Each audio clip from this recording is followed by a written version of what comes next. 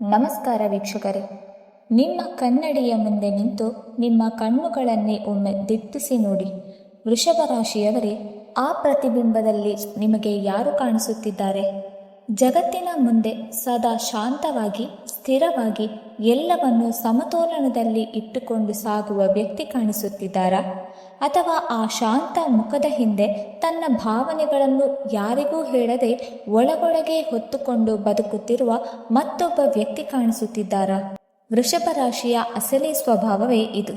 ಹೊರಗೆ ಶಾಂತಿ, ಒಳಗೆ ಅನೇಕ ಭಾವನೆಗಳ ಸಾಗರ. ನೀವು ಜೀವನದಲ್ಲಿ ಎಷ್ಟು ಕಷ್ಟ ಬಂದರೂ ಕುಗ್ಗದೆ ನಿಲ್ಲುವ ಶಕ್ತಿ ಹೊಂದಿದ್ದೀರಿ.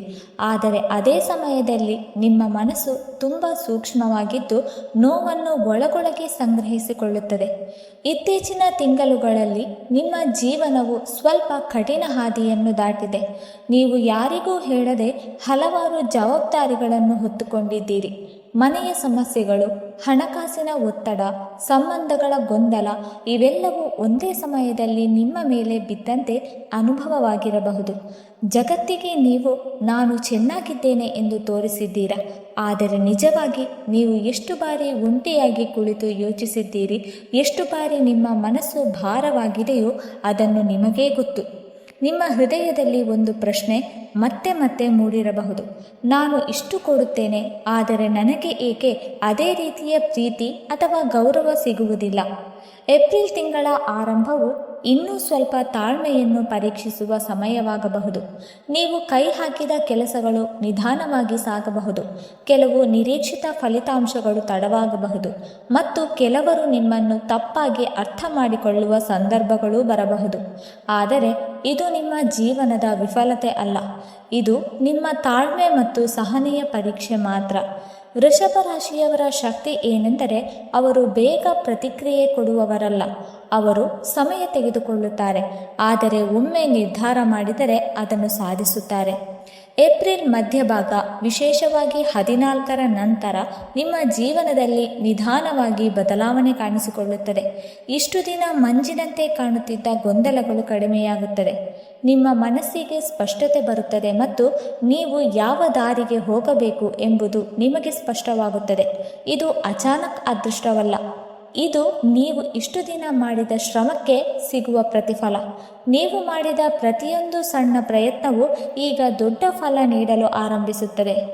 ವೃಷಭ ರಾಶಿಯವರೇ, ನಿಮ್ಮ ವೃತ್ತಿ ಜೀವನದ ವಿಚಾರಕ್ಕೆ ಬಂದರೆ ನೀವು ಸಹಜವಾಗಿಯೇ ಸ್ಥಿರತೆ, ಶ್ರಮ ಮತ್ತು ನಿಷ್ಠೆಗೆ ಹೆಚ್ಚು ಮಹತ್ವ ನೀಡುವವರು.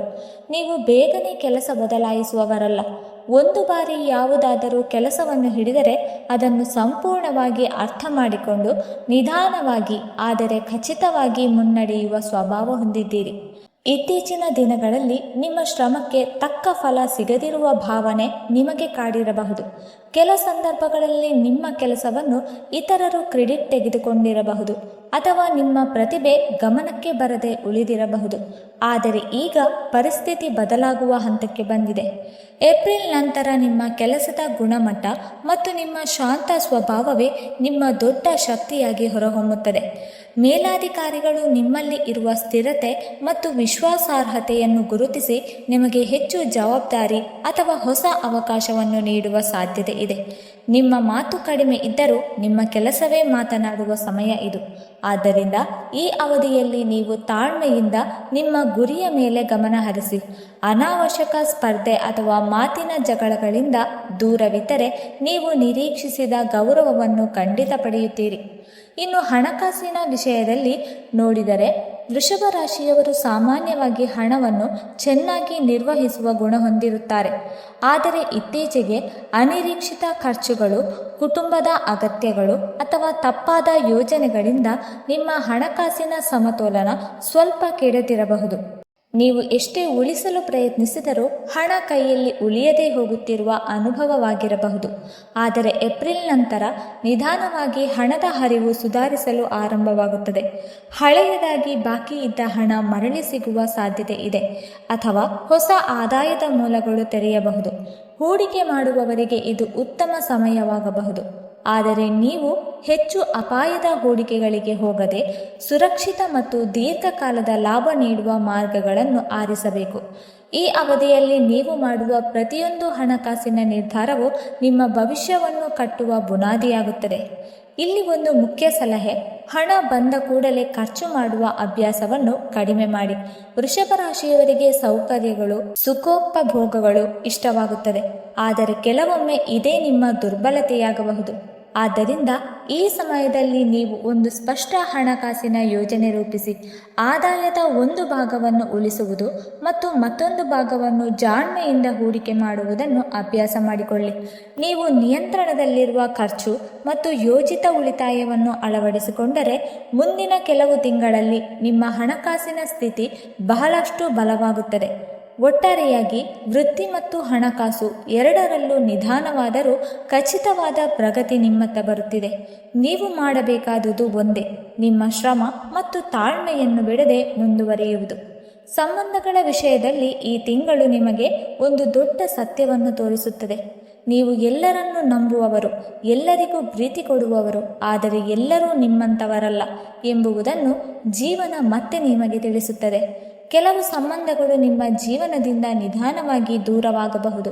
ಅದು ನೋವು ತರಬಹುದು, ಆದರೆ ಅದು ನಿಮ್ಮ ಜೀವನವನ್ನು ಶುದ್ಧಗೊಳಿಸುವ ಪ್ರಕ್ರಿಯೆ. ಅದೇ ಸಮಯದಲ್ಲಿ ನಿಜವಾಗಿ ನಿಮ್ಮ ಬಗ್ಗೆ ಕಾಳಜಿ ಇರುವವರು ನಿಮ್ಮ ಜೊತೆ ಗಟ್ಟಿಯಾಗಿ ನಿಲ್ಲುತ್ತಾರೆ. ಕುಟುಂಬದಲ್ಲಿದ್ದ ಸಣ್ಣ ಸಣ್ಣ ಬಿರುಕುಗಳು ಕೂಡ ನಿಧಾನವಾಗಿ ಸರಿಯಾಗುತ್ತದೆ. ಆರೋಗ್ಯದ ವಿಷಯದಲ್ಲಿ ನಿಮ್ಮ ಪ್ರಮುಖ ಸಮಸ್ಯೆ ಒತ್ತಡ ಮತ್ತು ಮನಸ್ಸಿನ ಭಾರ. ನೀವು ಹೊರಗೆ ಶಾಂತವಾಗಿದ್ದರೂ ಒಳಗೆ ತುಂಬ ಯೋಚಿಸುತ್ತೀರಿ. ಇದರಿಂದ ದೈಹಿಕ ದಣಿವು, ನಿದ್ರಾಹೀನತೆ ಅಥವಾ ಮನಸ್ಸಿನ ಅಶಾಂತಿ ಉಂಟಾಗಿರಬಹುದು. ಆದರೆ ಏಪ್ರಿಲ್ ನಂತರ ನಿಮ್ಮ ಮನಸ್ಸಿಗೆ ಒಂದು ರೀತಿಯ ಹಗುರತೆ ಸಿಗುತ್ತದೆ. ನೀವು ನಿಧಾನವಾಗಿ ಒಳಗಿನ ಒತ್ತಡದಿಂದ ಹೊರಬರುತ್ತೀರಿ. ಬೆಳಗ್ಗೆ ಎದ್ದಾಗ ಹೊಸ ಶಕ್ತಿ ಮತ್ತು ಹೊಸ ಉತ್ಸಾಹವನ್ನು ಅನುಭವಿಸುತ್ತೀರಿ. ಆದರೆ ಇಲ್ಲಿ ಒಂದು ಮಹತ್ವದ ಎಚ್ಚರಿಕೆ ಇದೆ: ನಿಮ್ಮ ಹಠ. ವೃಷಭ ರಾಶಿಯವರೇ, ನಿಮ್ಮ ಹಠ ನಿಮ್ಮ ಶಕ್ತಿಯೂ ಆಗಬಹುದು, ನಿಮ್ಮ ದುರ್ಬಲತೆಯೂ ಆಗಬಹುದು. ಕೆಲವೊಮ್ಮೆ ನೀವು ಹಿಡಿದಿಟ್ಟುಕೊಂಡಿರುವ ನಿರ್ಧಾರಗಳು ನಿಮ್ಮ ಬೆಳವಣಿಗೆಯನ್ನು ತಡೆಹಿಡಿಯಬಹುದು. ಈ ಏಪ್ರಿಲ್ ತಿಂಗಳಲ್ಲಿ ಅಗತ್ಯವಿದ್ದರೆ ಬದಲಾವಣೆಯನ್ನು ಸ್ವೀಕರಿಸಲು ಸಿದ್ಧರಾಗಿ. ಜೀವನದಲ್ಲಿ ಮುಂದೆ ಹೋಗಲು ಕೆಲವೊಮ್ಮೆ ಹಳೆಯ ಯೋಚನೆಗಳನ್ನು ಬಿಟ್ಟು ಹೊಸ ದಾರಿಯನ್ನು ಹಿಡಿಯಬೇಕು. ಈ ತಿಂಗಳಲ್ಲಿ ಅದೃಷ್ಟವನ್ನು ಸೆಳೆಯಲು ಒಂದು ಸರಳ ಪರಿಹಾರ ಮಾಡಬಹುದು. ಯಾವುದೋ ಒಂದು ಶುಕ್ರವಾರ ಬೆಳಗ್ಗೆ ಸ್ನಾನ ಮಾಡಿ ಒಂದು ಬಿಳಿ ಬಟ್ಟೆಯಲ್ಲಿ ಸ್ವಲ್ಪ ಅಕ್ಕಿ ಮತ್ತು ಒಂದು ನಾಣ್ಯವನ್ನು ಇಟ್ಟುಕೊಳ್ಳಿ. ಕಣ್ಣು ಮುಚ್ಚಿ ಮನಸ್ಸಿನಲ್ಲಿ ಭಕ್ತಿಯಿಂದ ಓಂ ಶುಕ್ರಾಯ ನಮಃ ಎಂದು 108 ಬಾರಿ ಜಪಿಸಿ.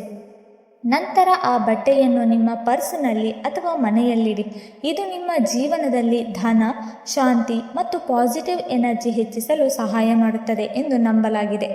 ವೃಷಭ ರಾಶಿಯವರೇ, ನಿಮ್ಮ ಜೀವನದಲ್ಲಿ ಶಾಂತಿ, ಸ್ಥಿರತೆ ಮತ್ತು ಅದೃಷ್ಟವನ್ನು ಹೆಚ್ಚಿಸಲು ತುಳಸಿ ಪೂಜೆ ಒಂದು ಅತ್ಯಂತ ಸರಳ ಆದರೆ ಪರಿಣಾಮಕಾರಿ ಪರಿಹಾರವಾಗಿದೆ.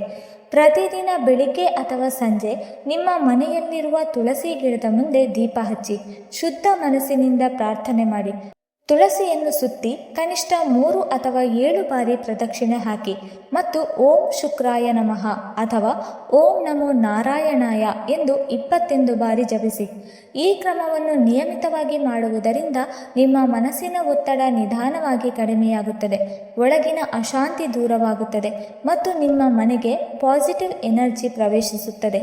ದಿನದಿಂದ ದಿನಕ್ಕೆ ನಿಮ್ಮ ಆತ್ಮವಿಶ್ವಾಸ ಹೆಚ್ಚಾಗಿ ನಿಮ್ಮ ಜೀವನದಲ್ಲಿ ಧನ, ಭಾಗ್ಯ ಮತ್ತು ಸಂತೋಷ ನಿಧಾನವಾಗಿ ಹೆಚ್ಚಾಗುತ್ತಿರುವುದನ್ನು ನೀವು ಅನುಭವಿಸುತ್ತೀರಿ. ಇನ್ನೊಂದು ಮುಖ್ಯ ಪರಿಹಾರ ಎಂದರೆ ಶುಕ್ರವಾರದ ದಾನ. ಪ್ರತಿ ಶುಕ್ರವಾರ ಸಾಧ್ಯವಾದರೆ ಬಡವರಿಗೆ ಅಥವಾ ದೇವಾಲಯದಲ್ಲಿ ಬಿಳಿ ವಸ್ತ್ರ, ಅಕ್ಕಿ, ಸಕ್ಕರೆ ಅಥವಾ ಹಾಲು ದಾನ ಮಾಡುವ ಅಭ್ಯಾಸವನ್ನು ಬೆಳೆಸಿಕೊಳ್ಳಿ. ದಾನ ಮಾಡುವಾಗ ನಿಮ್ಮ ಮನಸ್ಸಿನಲ್ಲಿ ಸ್ಪಷ್ಟ ಸಂಕಲ್ಪ ಇರಲಿ: ನನ್ನ ಜೀವನದಲ್ಲಿರುವ ಎಲ್ಲ ಅಡೆತಡೆಗಳು ದೂರವಾಗಲಿ, ಶಾಂತಿ ಮತ್ತು ಸಮೃದ್ಧಿ ಬರಲಿ ಎಂದು. ಈ ರೀತಿಯಾಗಿ ಮಾಡಿದ ದಾನವು ನಿಮ್ಮ ಜೀವನದಲ್ಲಿ ಶುಕ್ರ ಗ್ರಹದ ಅನುಗ್ರಹವನ್ನು ಹೆಚ್ಚಿಸಿ ಹಣಕಾಸಿನ ಸಮಸ್ಯೆಗಳು ನಿಧಾನವಾಗಿ ಕಡಿಮೆಯಾಗಲು, ಸಂಬಂಧಗಳಲ್ಲಿ ಸೌಹಾರ್ದತೆ ಬರಲು ಮತ್ತು ಜೀವನದಲ್ಲಿ ಸೌಕರ್ಯಗಳು ಹೆಚ್ಚಾಗಲು ಸಹಾಯ ಮಾಡುತ್ತದೆ. ಮುಖ್ಯವಾಗಿ ಈ ಉಪಾಯಗಳನ್ನು ನಂಬಿಕೆಯಿಂದ ಮತ್ತು ನಿಯಮಿತವಾಗಿ ಮಾಡಿದಾಗ ಮಾತ್ರ ಅದರ ಫಲಿತಾಂಶಗಳು ಸ್ಪಷ್ಟವಾಗಿ ಕಾಣಿಸುತ್ತದೆ. ನಿಮ್ಮ ನಂಬಿಕೆ ಮತ್ತು ಶ್ರಮ ಒಂದಾಗಿದ್ದಾಗ ನಿಮ್ಮ ಜೀವನದಲ್ಲಿ ದೊಡ್ಡ ಬದಲಾವಣೆ ಅನಿವಾರ್ಯವಾಗುತ್ತದೆ. ಕೊನೆಯದಾಗಿ ವೃಷಭ ರಾಶಿಯವರೇ, ನೀವು ನಿಧಾನವಾಗಿ ಬೆಳೆಯುವವರಾದರೂ ನೀವು ಬಲಿಷ್ಠವಾಗಿ ನೆಲೆಗೊಳ್ಳುವವರು. ನಿಮ್ಮ ಜೀವನದಲ್ಲಿ ಎಲ್ಲವೂ ಸಮಯ ತೆಗೆದುಕೊಳ್ಳಬಹುದು, ಆದರೆ ನೀವು ಕಟ್ಟಿಕೊಳ್ಳುವ ಯಶಸ್ಸು ದೀರ್ಘಕಾಲ ಉಳಿಯುತ್ತದೆ.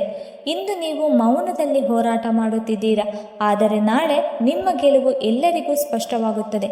ನಿಮ್ಮೊಳಗಿನ ಶಕ್ತಿಯನ್ನು ನಂಬಿ, ನಿಮ್ಮ ಸಮಯ ಬರುತ್ತಿದೆ.